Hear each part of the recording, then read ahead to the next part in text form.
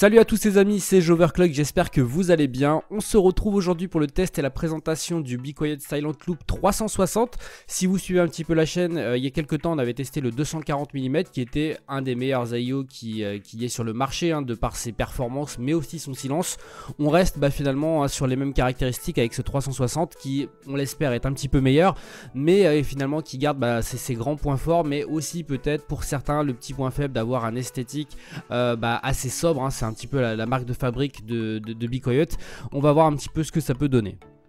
Alors en ce qui concerne ce Silent Loop 360, on va pas forcément s'étaler sur l'esthétique, on en avait déjà largement débattu lors de la présentation du 240 mm.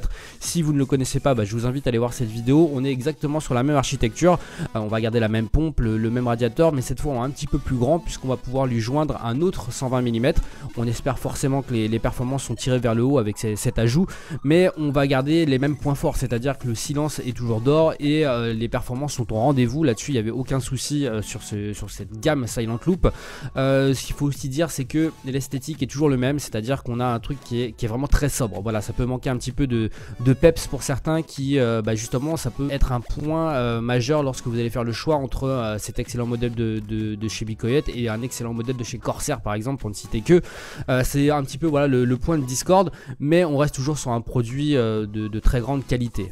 Pour ce qui est de la ventilation, on reste sur de l'excellence avec les Pure Wings 2 qui sont tout simplement des modèles qui sont largement reconnus puisque ce sont des modèles PWM qui apportent notamment en termes de performance mais surtout au niveau des nuisances sonores puisqu'on a des modèles qui sont tout simplement extrêmement silencieux.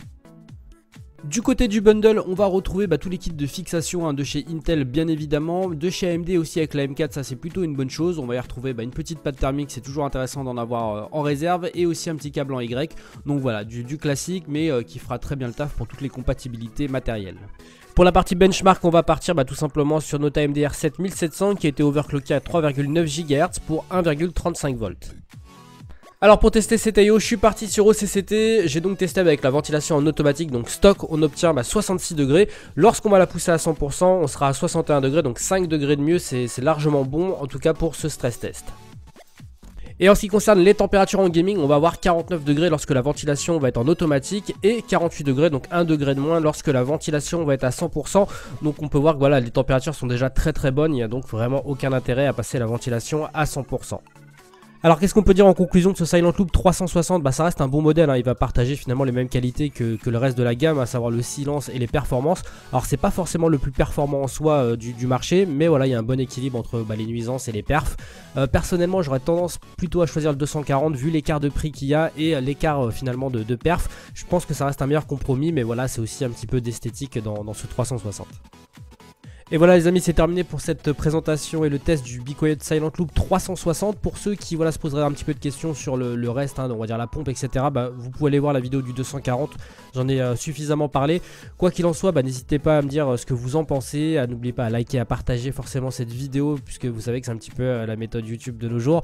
Sur ce, passez une très bonne journée, amusez-vous bien, ciao ciao tout le monde.